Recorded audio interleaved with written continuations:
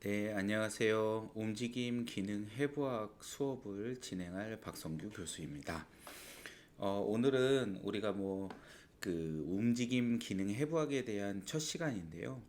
오늘은 몸통과 뼈대의 구조에 대한 것들부터 먼저 시작해서 이론적 내용하고 그리고 재활 방식에 대한 커리큘럼에 맞게 강의 영상을 좀 촬영하려고 합니다. 그래서 오늘은 첫 번째로 움직임 해부학에 관련된 기초 이론부터 먼저 시작하도록 하겠습니다.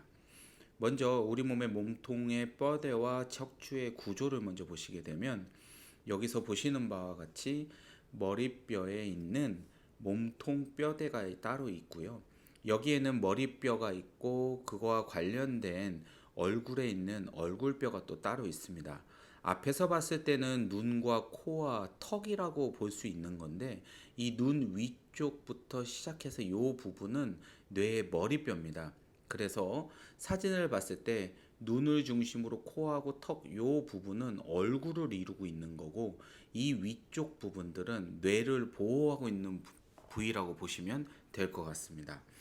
그리고 그 뼈와 관련돼 있어서 그 목에 연결되어 있는 척추뼈하고 갈비뼈, 그리고 허리뼈, 엉치뼈, 꼬리뼈 요렇게가 우리 몸의 몸통 뼈대고 정면에서 봤을 때는 목뼈는 전체 다 보이지 않습니다. 그 이유는 턱이 어느 정도 목뼈를 가리고 있기 때문에 보이지 않고 그 뼈의 뒷부분을 보게 되면 요렇게 뒤통수와 연결되어 있는 목뼈가 하나, 둘, 셋, 넷, 다섯, 여섯, 일곱 개를 보실 수가 있습니다.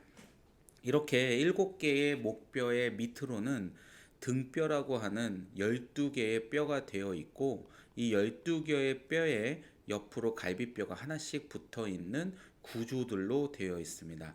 특히 11번, 12번 갈비뼈는 연결되어 있지 않고 이 주변에 있는 근육들과 같이 붙어서 우리 몸의 움직임을 만들어내는데 역할들을 하고 있습니다.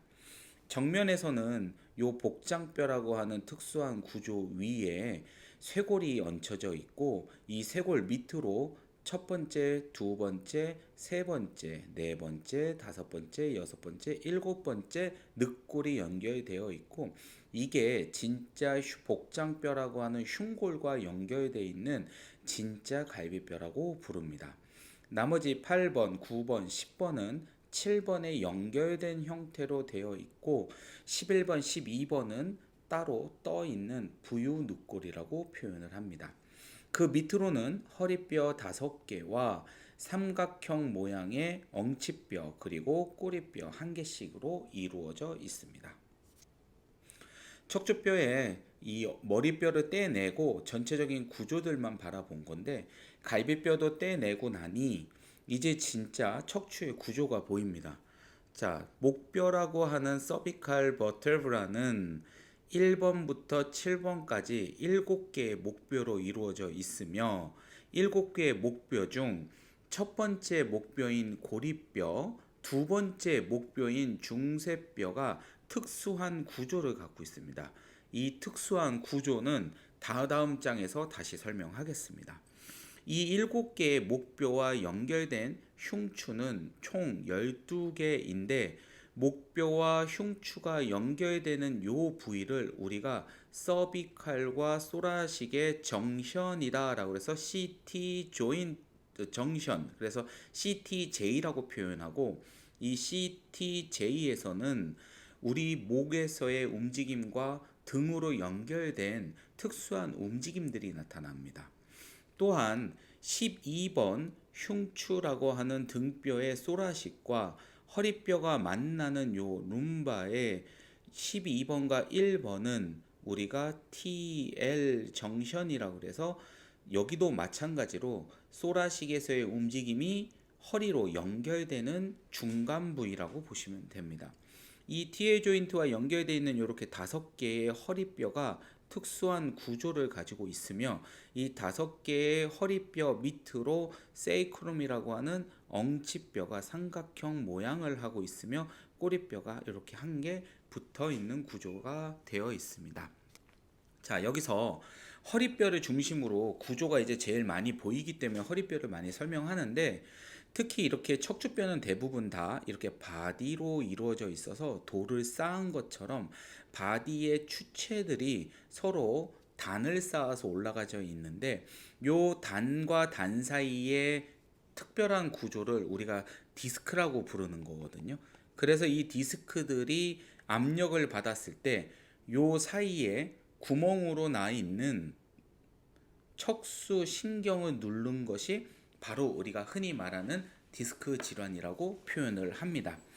이런 척수는 척주관이라고 하는 특수한 구멍 안으로 이렇게 지나가는 구조들을 하고 있는데, 이 구조들이 디스크에 의해서 눌렸을 때 그 눌림 현상에 의해서 다리 저림이라든가 팔 저림들이 생기는 거죠. 자, 이러한 척추의 곡선을 보면 태어났을 때는 하나의 이러한 뒷굽이의 후만 형태를 하고 있습니다. 그렇기 때문에 이거를 우리가 선천성 망곡 또는 1차 망곡이라고 부릅니다. 특히 요 앞쪽 부분에 있는 등의 후만은 폐와 심장이라고 하는 특수 기관들을 보호해주는 역할을 하기 때문에 뒤로 굽으면서 공간을 확보해주고 있고, 이 목은 오히려 후만이 아닌 앞쪽으로 꺾여져 있는 모양을 하고 있으면서 유아기 때 앞구비가 생기는 2차 망곡 또는 후천성 곡선이라고 해서 목을 가누면서 목을 움직이는 모양을 만들고, 그로 인해서 이렇게 뒤로 꺾여 있던 후만의 모양에서 반대 방향 전만의 모양으로 바뀌게 됩니다.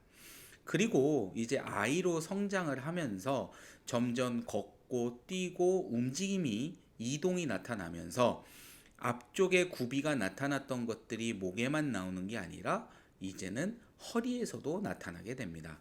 특히 이 허리에서의 앞굽이는 상체에서 내려오는 무게를 흡수하고 충격들을 완화하는 역할들을 하면서 체중을 전체적으로 받아주는 역할을 하게 되는데, 이렇게 앞으로 굽으면서 뒤로 꺾였던 무게들을 분산시키는 역할들을 하고 있습니다.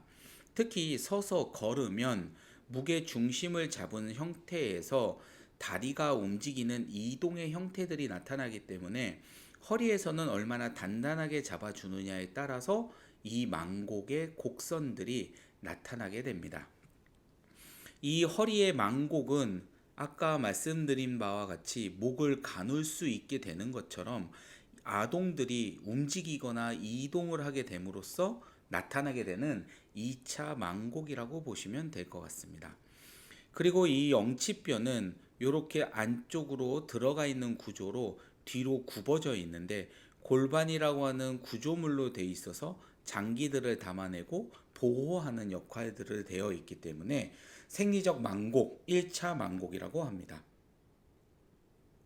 척추의 생리적 망곡과 연령대를 바라보면 태어나기 전에 엄마의 뱃속에 있었을 때보다 태어나면서부터 이 뒤로 꺾여 있던 모양이 어느 정도 모양을 갖고 이렇게 일직선의 모양과 룸바의 뒤로 굽어져 있는 모양, 그리고 선차성 망곡들이 만들어지게 되는데, 이게 태어나면서부터 성장을 하게 되고 성장하면서 곡선들이 다시 재정비가 됩니다.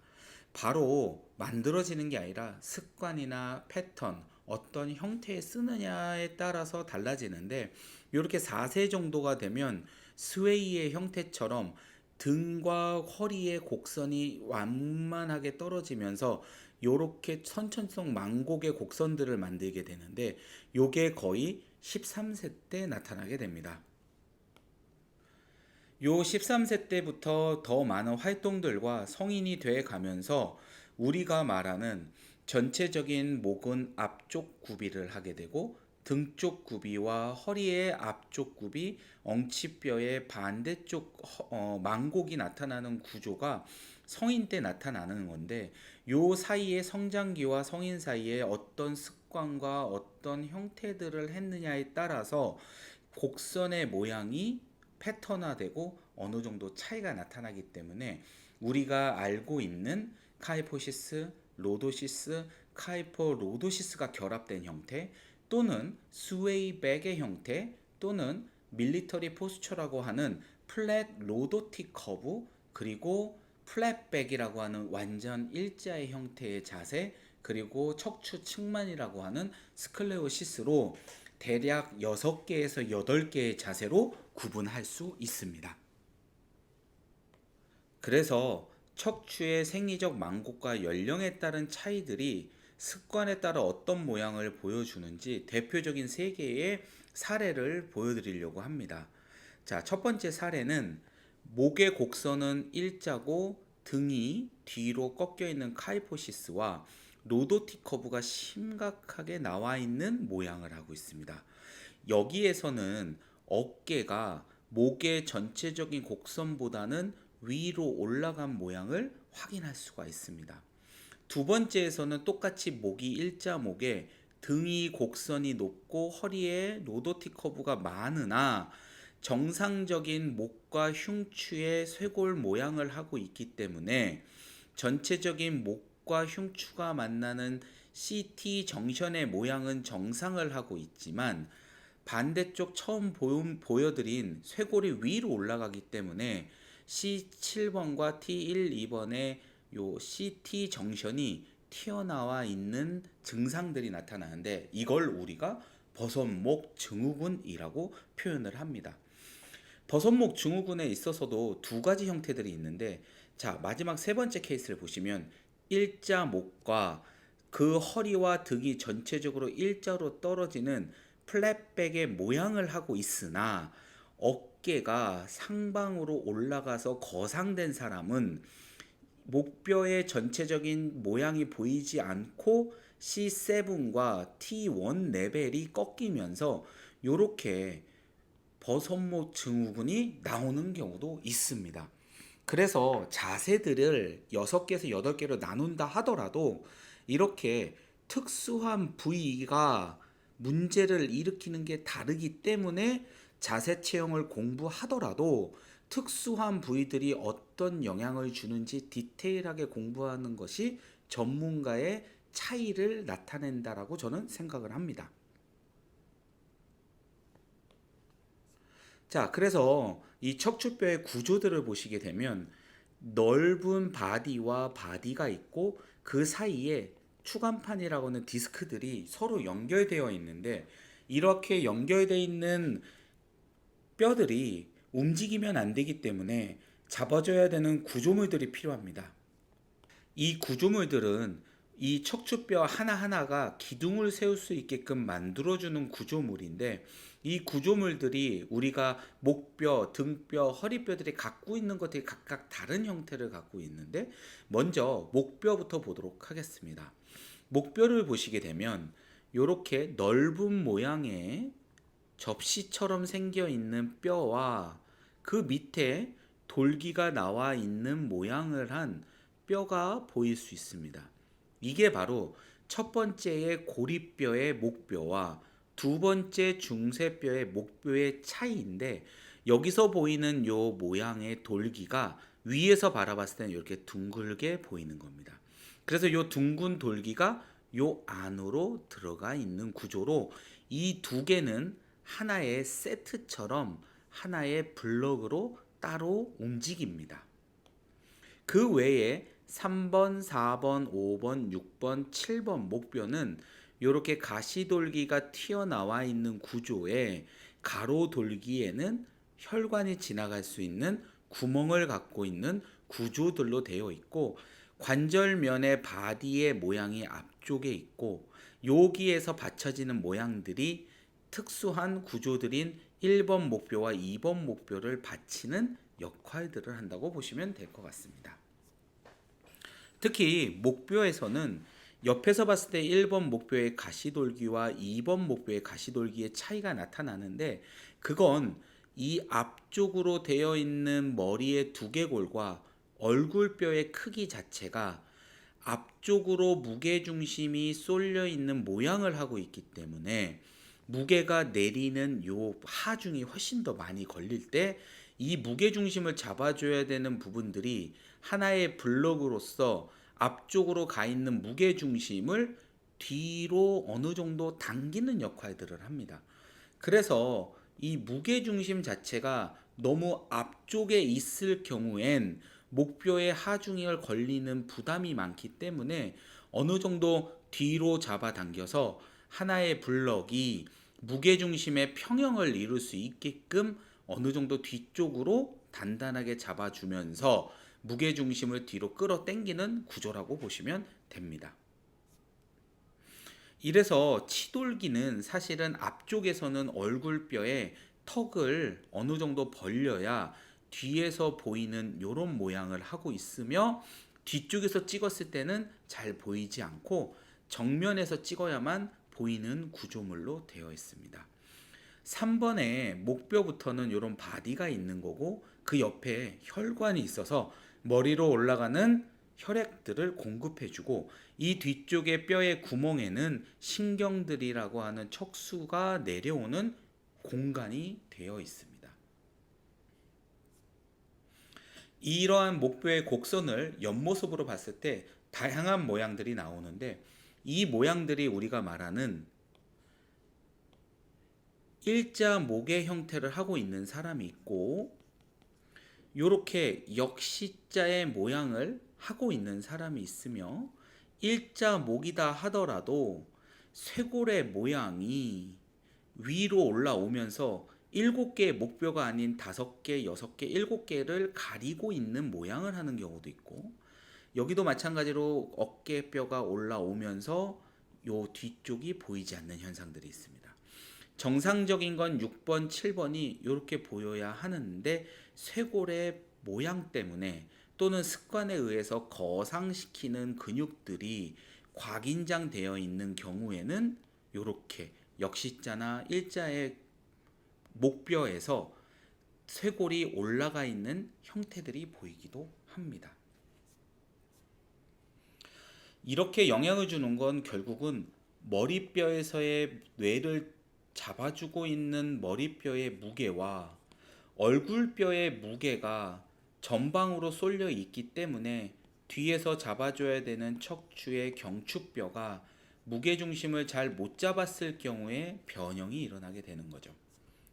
특히 이 첫째 목뼈와 두 번째 목뼈는 뇌에서 내려오는 신경들이 바로 이 구멍을 통해서 내려오기 때문에, 이 구멍에서의 내려오는 신경들이 목뼈 첫 번째, 두 번째 이 사이에서 제대로 보호해주지 못하면 생명과의 연결성에 있어서 생명에 아주 영향을 줄 수 있기 때문에, 목뼈가 첫 번째, 두 번째 목뼈가 이렇게 돌기를 이용해서 하나의 블럭을 잡아놓고 신경을 어느 정도 보호하는 역할이라고 보시면 됩니다. 그래서 호흡 중추라던가 우리 몸에서 중요한 역할들, 심장의 박동수로 뛰는 부분들이 목뼈와 연결돼 있는 이 공간에서 나타나고, 여기에서의 우리 몸에서의 조절하는 능력들이 나오기 때문에 이 부분의 근육들을 풀어내는 치료들도 있고, 그 재활 치료를 잘 하면 두통이라든가 또는 어지러움증들, 그리고 정서적 안정을 일으킬 수 있는 신경계의 안정을 끌어낼 수 있는 재활 치료 방식도 있습니다.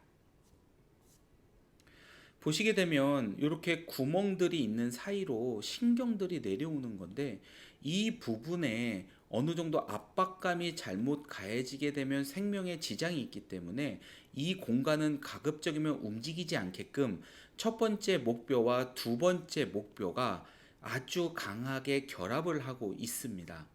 그래서 사진상으로 봤을 때 이렇게 근육들이 주변에 잡고 있는 모양들은 보이지 않지만 인대들이 굉장히 강하게 잡고 있으며, 이 치돌기라고 하는 요 부위가 첫 번째 목뼈에서부터 하나의 블럭으로 잡을 수 있게끔 굉장히 강한 구조들로 잡고 있는 것이며, 이 구조들이 이 신경들을 보호하는 거고, 이 보호하는 신경들을 통해서 우리가 생명 유지하는 데 도움을 받을 수 있는 겁니다.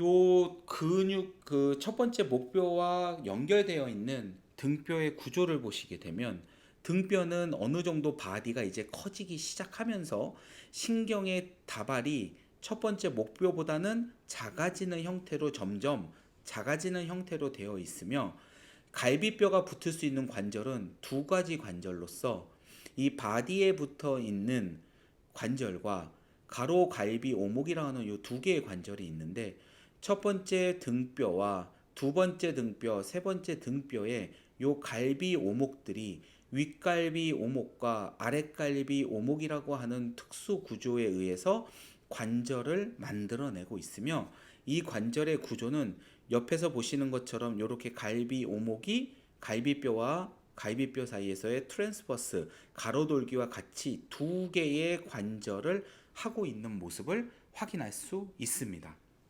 이렇게 두 개로 관절된 갈비뼈가 이런 타원 형태로 앞쪽 방향으로 휘어지게 되고 1번 갈비뼈, 2번 갈비뼈, 3번 갈비뼈, 4번, 5번, 6번, 7번까지는 흉골이라고 하는 스터넘에 같이 붙어 있는 진늑골의 형태를 하고 있습니다. 그래서 자세히 바라보시면 요렇게 방패처럼 모양 생겨 있는 흉골의 윗부분에는 쇄골이 붙어 있고 밑에 부분부터 시작해서 1번, 2번, 3번, 4번, 5번, 6번, 7번에 갈비뼈가 연골과 연결되어 7개가 실제로 연결되어 있으며 8번, 9번, 10번은 7번의 연골에 연결된 거짓 갈비뼈라고 해서 간읍골이라 이렇게 표현하고 있습니다. 11번, 12번은 오히려 이 갈비뼈야 붙어 있질 않고 뒤쪽 부분에 근육들로 인해서 훨씬 더 강력하게 허리를 받쳐주는 역할들을 하고 있으며 11번, 12번의 갈비뼈의 과가동성에 의해서 우리 몸의 체형 변화나 여러 가지 변화들이 나타날 수 있습니다. 허리로 연결되어 있는 뼈에서는 상체의 무게를 전체적으로 다 받아줘야 되기 때문에 굉장히 큰 바디와 짧은 극돌기, 짧은 가로돌기를 가지고 있습니다. 특히 극돌기를 옆에서 바라보면 굉장히 두꺼운 모양을 하고 있는데 그 사이에는 아주 굵은 근육들이 지나가고 앞쪽과 옆쪽에도 근육들이 잡음으로써 무게 중심을 분산하는 역할들을 하고 척추뼈를 바로 세우는 역할을 하기 위해서 가로돌기와 극돌기, 가시돌기를 짧은 형태로 만들어 놓았습니다. 또한 이렇게 일자의 형태로 서로 힘을 분산하기 위해서 탑을 쌓은 벽돌처럼 이렇게 평평하고 수평하게 모양을 만들어 놓았습니다. 그 밑에 붙어 있는 엉치뼈는 신경이 내려오는 다발들이 이렇게 말갈기와 같이 하나하나의 섬유들이 나가서 다리와 엉덩이 쪽으로 내려오는 근육들을 지배할 수 있게끔 특수한 공간들을 만들어 놓고 이 신경들이 우리 다리로 내려가는 근육들을 지배하고 있습니다. 특히 골반과 연결되는 요 귓바퀴 면이라고 하는 이상면이 골반뼈와 연결되어서 안정성을 제공하는 건데 이렇게 큰 골반의 뼈를 이렇게 넓은 이상면으로 잡음으로써 골반 자체에서의 안정성도 제공하지만 다리뼈에서 올라오는 그라운드 포스도 이 골반에서의 안정성에서 큰 역할들을 하는데 이 부분은 후에 엉덩관절에 대한 재활을 설명할 때 다시 설명드리도록 하겠습니다. 뒤에서 바라보게 되면 이렇게 이 뒤에 있는 척수의 신경들이 나오게 되고 이 신경들이 나오는 주변으로 대둔근이라던가 중둔근들 그리고 피리포미스라든가 내전근들이 이쪽에서 같이 잡아주고 있기 때문에 근육들의 단축이나 경직이 있었을 때 신경들을 눌러서 좌골신경통이거나 또는 이상근 증후군들이 나타나는 이유가 바로 이 주변에 있는 근육 사이로 통과하는 신경들이 눌렸을 경우에 나타날 수가 있습니다. 물론 위에서 내려오는 허리의 신경들이 눌릴 수도 있지만 대부분 신경에 눌리는 현상과 동시에 근육에 의해서도 눌리는 현상이 나올 수 있기 때문에 재활 전문가라면 실제 디스크에 의해서 신경이 눌리는 현상과 근육에 의해서 신경 통로가 좁아진 현상을 구분할 수 있는 능력을 키워야 합니다. 척추에서의 특수한 구조들을 보시게 되면 이렇게 세로인대라고 하는 구조물과 바디를 잡아주고 있는 뒤쪽에 뒤로 있는 세로인대, 그리고 척추관의 안쪽 부분에 붙어 있는 황색 인대, 그리고 극돌기를 잡고 있는 가시위 인대 등 인대와 같이 각각의 척추뼈의 안정성을 주는 구조물들이 위치하고 있습니다.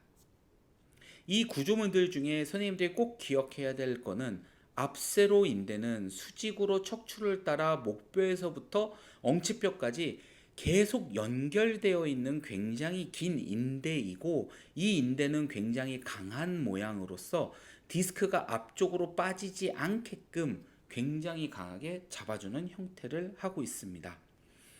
그리고 요 뒤쪽 공간에 척수관에 뒤쪽으로 세로 인대가 있으나 전방에 있는 anterior longitudinal ligament보다는 좁은 형태로 되어 있습니다. 옆에서 봤을 때는 이렇게 밴드가 굉장히 크게 앞쪽에서 잡아주고 있고, 그래서 척추뼈가 이동을 할 때 자기 자리를 지킬 수가 있는 건데, 이 자기 자리를 지킬 때 이 척추뼈에서의 인대의 변형이 일어나는 게 바로 우리가 말하는 퇴행성 변화입니다. 자, 일례로 이렇게 세 개를 준비해 봤는데, 자, 똑같이 척추 사이의 관절을 봤을 때 척추뼈와 척추뼈 사이를 굉장히 좁게 만드는 현상이 일어날 수 있는 게 우리가 말하는 퇴행성 변화에 의해서 척추관들이 좁아져 있는 협착증이 나타날 수도 있고요. 또는 오히려 똑같은 퇴행성 변화인데 척추뼈와 척추뼈 사이에 앞세로 인대들이 튀어나오면서 좁아지는 경우가 있습니다.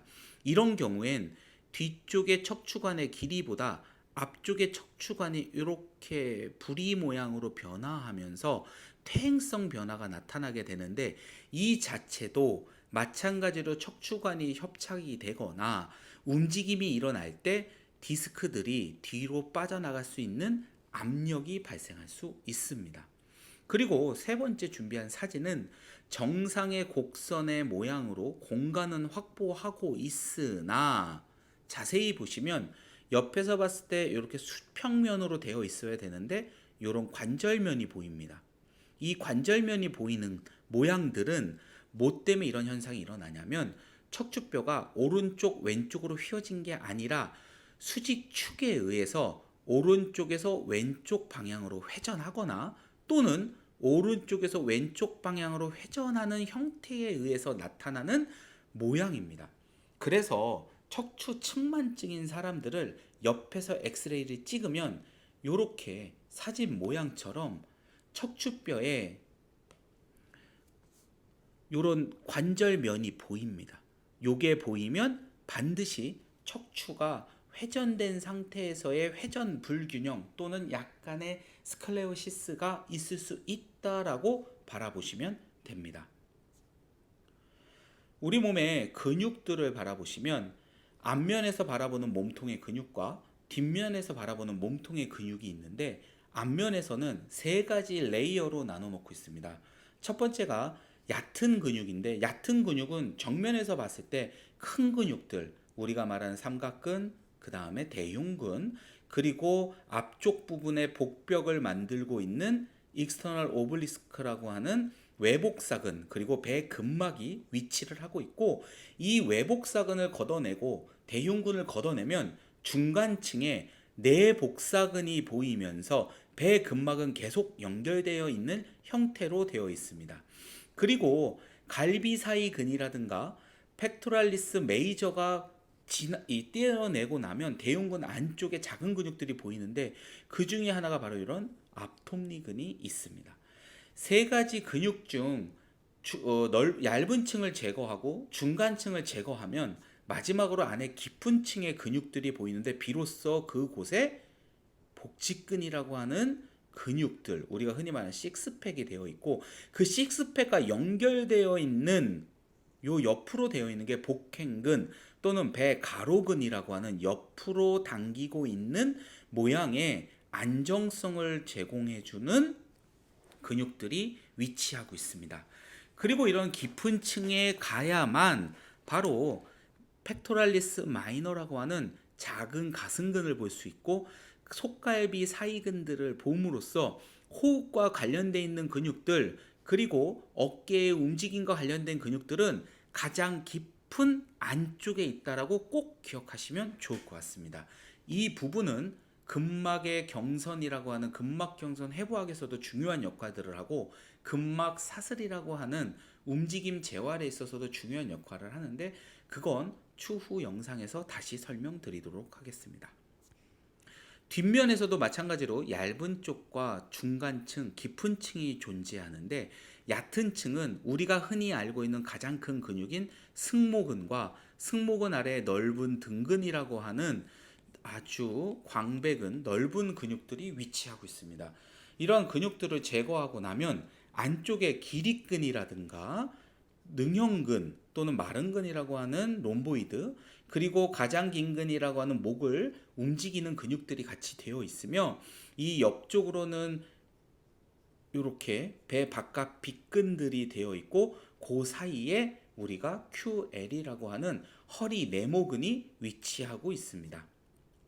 안쪽으로 깊은 쪽으로 들어가면 묵갈래근이라고 하는 척추뼈와 척추뼈 하나하나를 서로 연결지어서 움직임을 만들어 준다고 표현하나, 사실은 이 깊은 층에 있는 근육들은 척추의 안정화 그리고 자세를 유지할 때 중력에 대항해서 또는 내 습관과 패턴에 대항해서 아주 슬라이트하게 몸을 조정해 주는 역할을 하기 때문에, 컨트롤러지를 하시는 필라테스 강사님들은 이 근육들의 안정성, 스테빌러티를 중심으로 중간 근육과 큰 근육을 어떻게 쓸 수 있는지 고정근과 협력근의 컨트롤을 잘 시키는 게 전문 영역이라고 보시면 될 것 같습니다.